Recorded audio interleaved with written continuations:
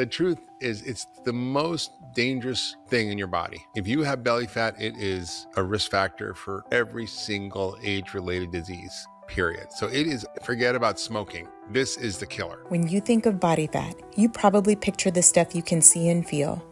But what if I told you there's another type of fat hidden deep inside your body that could be way more dangerous? It's not the fat you can pinch. It's lurking around your organs, and most people don't even realize it's there. Curious about what this hidden fat is and why it's such a big deal? Today, we will explore what visceral fat is, why it's so harmful, how it accumulates, and most importantly, how you can reduce it through diet and other lifestyle changes.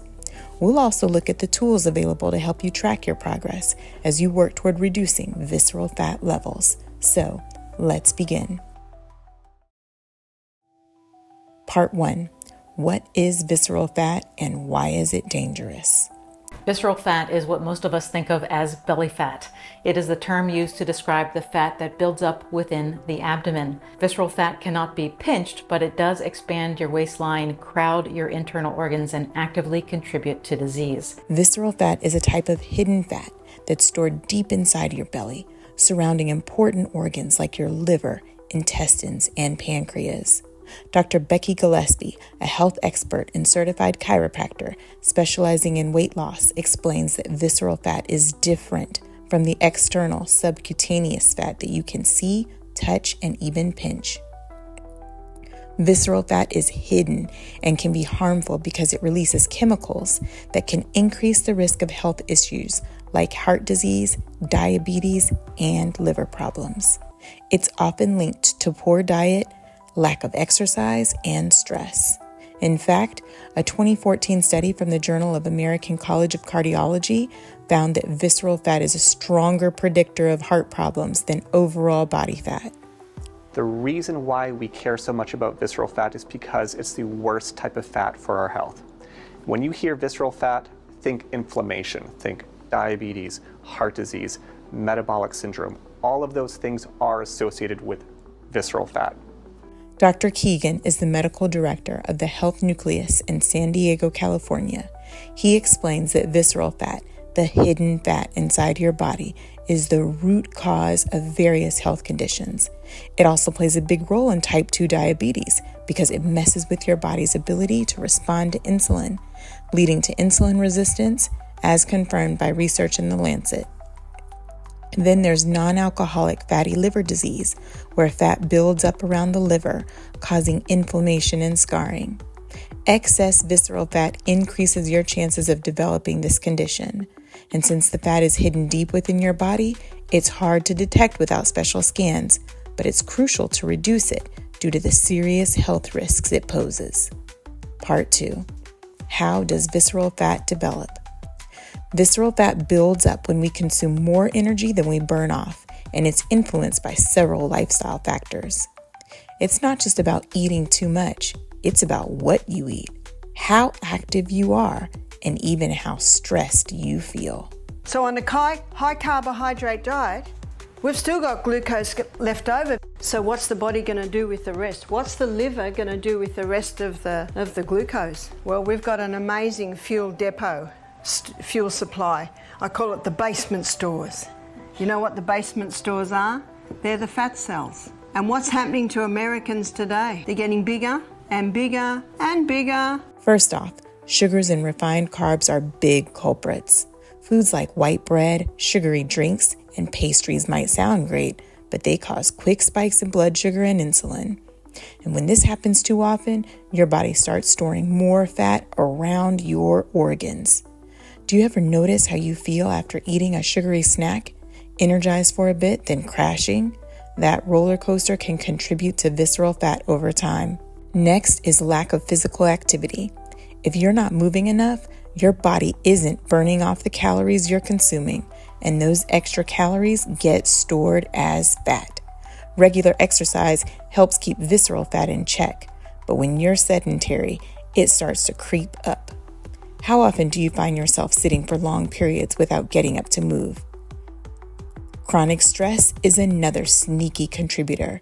When you're stressed, your body releases cortisol, a hormone that encourages fat storage, especially around your belly. High cortisol levels, especially during prolonged stress, make it easier for visceral fat to build up. If you've ever noticed weight gain during stressful times, that could be the reason. Finally, there's age and hormones. As we get older, our metabolism slows down, and hormonal changes make it easier for visceral fat to accumulate. Women going through menopause often experience this due to lower estrogen levels, and men can see a similar effect with reduced testosterone. Each of these factors plays a role in how visceral fat develops. So, is it possible to reduce this visceral fat? Let's find out. Part 3. Can diet help reduce visceral fat? The good news is yes. Making changes to your diet can significantly reduce visceral fat. Here are some effective dietary strategies to help you avoid and decrease this harmful fat. Number 1, cut back on refined carbs and sugars. One of the two things that are the worst, one is liquid calories. Well, liquid calories, I don't mean like a protein smoothie. What I mean is soda, juices, even nut milks, which you think are healthy, can be spiking your sugar. Sweetened coffee, sweetened teas, energy drinks. We are living in a sea of liquid sugar, and it's different. It's really different than regular sugar. I mean, regular sugar is bad enough, but this seems to just accelerate the development of belly fat by being quickly absorbed, spiking blood sugar, spiking insulin, and that just leads to this whole cascade of belly fat. It's really bad. So if you can do a single thing to dramatically improve your health is get rid of liquid sugar calories. The first step to reducing visceral fat is to cut down on refined carbohydrates and sugars, which are primary contributors to fat storage.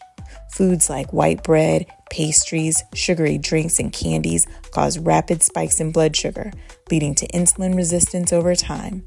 Insulin resistance encourages the body to store fat around the organs. The second is flour, which is everywhere. And it turns out that flour is worse than table sugar when it comes to raising your blood sugar, which when you raise your blood sugar, you raise insulin. When you raise insulin, you sweep all of the fuel out of your bloodstream and throw it into your belly fat cells. It's basically what happens. So it's like insulin basically opens the gates, all the fuel, fat, sugar, carbs, everything goes flooding into your fat cells. And then the gate closes like a one-way turnstile in the subway. You can't get back out. In a 2015 study published in the Journal of Clinical Endocrinology and Metabolism, participants who reduced their intake of refined carbs show significant reductions in visceral fat after just a few weeks. Switching to whole grains like brown rice, oats, and quinoa can make a big difference because these foods take longer to digest, prevent blood sugar spikes, and promote fat loss. Number 2, increase fiber intake. Fibre binds up the glucose and it slowly releases it. That's good news because it means we don't have to be eating all day long. We can eat and forget about food for the next 5 or 6 hours. Fiber is a crucial player in the fight against visceral fat. Soluble fiber, found in foods like oats, beans, lentils, flax seeds, and vegetables, slows digestion and helps you feel full longer. It also helps improve insulin sensitivity, reducing fat storage around the organs. A study published in Obesity found that people who consumed at least 10 grams of soluble fiber per day had less visceral fat than those who ate less fiber.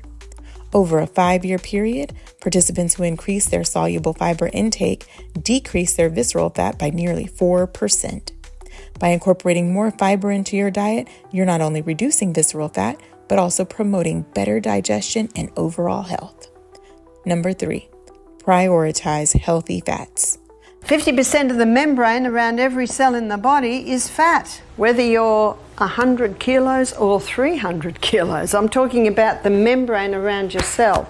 Except for the brain cell, it's 70% fat. And that's little fatty sheath around the tail of the cell, that gets your brain cells up to 70%. In fact, the brain's the fattiest organ in the body, and you know what it loves to eat? Fat. Not all fats are bad. In fact, healthy fats, especially omega-3 fatty acids, can help reduce visceral fat.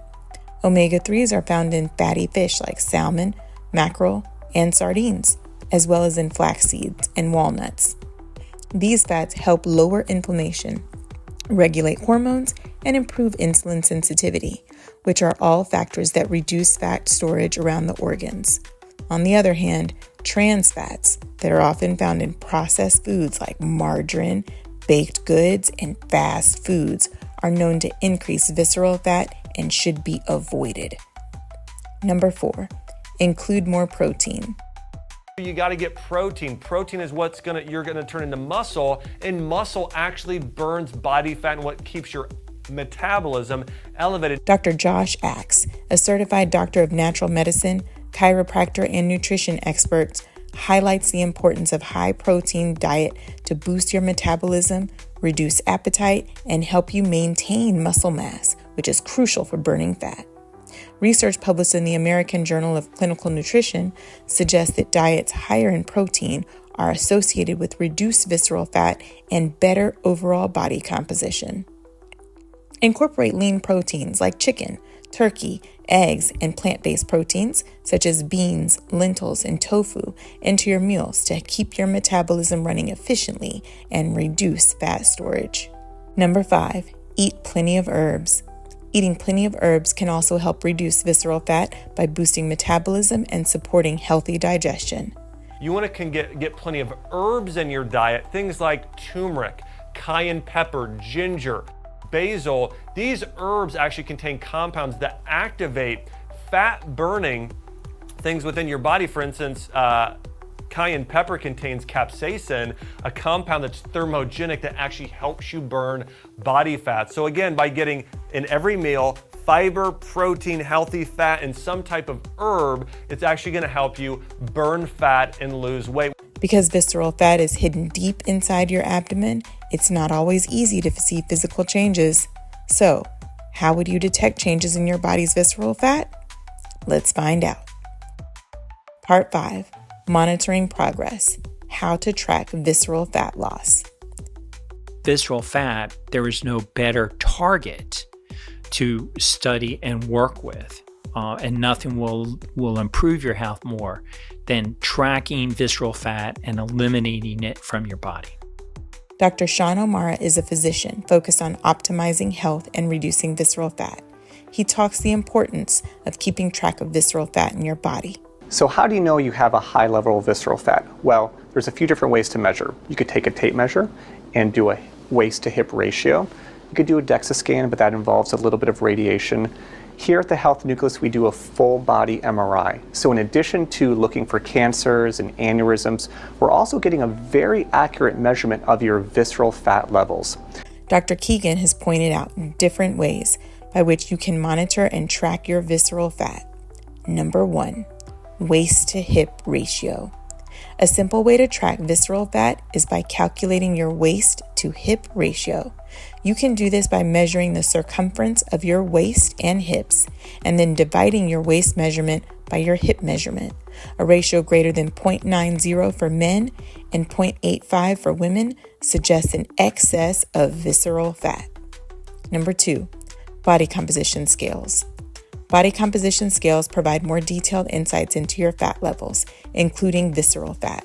These scales use bioelectrical impedance to estimate your body fat percentage, muscle mass, and visceral fat levels. They work by sending a small electrical signal through your body, and the resistance the signal encounters provides an estimate of your body composition. While body composition scales aren't perfect, they can give you an idea of how your body is changing over time. Popular options include Tanisha Body Composition Monitor and the Omron Body Composition Monitor, which provide a visceral fat score that you can track.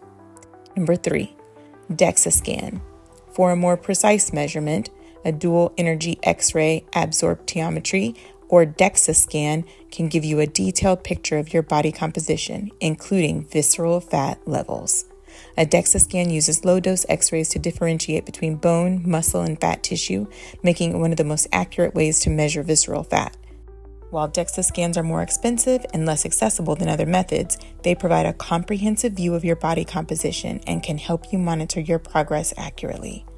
Number 4, magnetic resonance imaging, or MRI. An MRI is another highly accurate method for measuring visceral fat. MRIs provide detailed images of fat distribution in the body, allowing you to see exactly where fat is stored. Like DEXA scans, MRIs are not typically used for regular monitoring due to their cost and limited accessibility. However, if you want a detailed assessment of your fat distribution, especially if you're tackling specific health concerns related to visceral fat, an MRI can give you a clear picture of your progress. Part 7. Lifestyle changes beyond diet to reduce visceral fat. Reducing visceral fat isn't just about diet. It's about making overall lifestyle changes that help improve your health. Regular exercise is one of the most effective ways to target visceral fat. But actually the most beneficial type of workout for burning belly fat is working your largest muscle groups, such as your legs and your back muscles. You really want to burn fat, do lots of body weight squats. So heavier weights or moderate weights, but lots of squats, lots of deadlifts, lots of lunges. Working your legs in weightlifting actually is going to help you burn fat. And then also doing larger muscle groups like your back has really large muscle groups, your lats, your rhomboids. So doing pull downs and pull ups or rows, those exercises are all great. Both aerobic activities like walking, running, and cycling, and strength training like lifting weights can significantly help. A study in the Journal of Applied Physiology found that even with major diet changes, aerobic exercises like brisk walking or jogging can reduce visceral fat. Sleep also plays a major role. Poor sleep can lead to increased visceral fat by disrupting hormones that control hunger. Research shows that people who get fewer than 6 hours of sleep per night have higher levels of visceral fat compared to those who get 7 to 9 hours. Prioritizing good sleep with a consistent schedule and a restful environment can help. Emotional stress will absolutely cause cortisol to increase, which in turn can lower melatonin production and human growth hormone, which will cause you to store body fat. So, reduce stress. A great thing to do is go out in nature and go for a walk. One of the things I do is I go to my local park and go for a walk out in nature every single day. That's stress relieving. Lastly, managing stress is key. Chronic stress leads to elevated cortisol, a hormone that encourages fat storage around the abdomen. Finding ways to relax, like meditation, yoga, or deep breathing exercises, can lower cortisol levels. Visceral fat is often called a silent danger because it's hidden deep inside the body, but its impact on health is far-reaching. The good news is that through mindful eating and lifestyle changes, visceral fat can be reduced, significantly lowering your risk of heart disease, diabetes, and other related conditions. Remember, the journey to a healthier body is not about perfection, but about progress. So, what's one change you've made to reduce visceral fat, and how's it going? How do you track your visceral fat progress? Any favorite tools or tips? Leave your thoughts and experience in the comment section below. We'd love to hear from you. And remember, you are what you eat, so nurture your health. And remember to take your daily dose of longevity seed for a vibrant life. Make sure to like, subscribe, and share for more insightful content like this.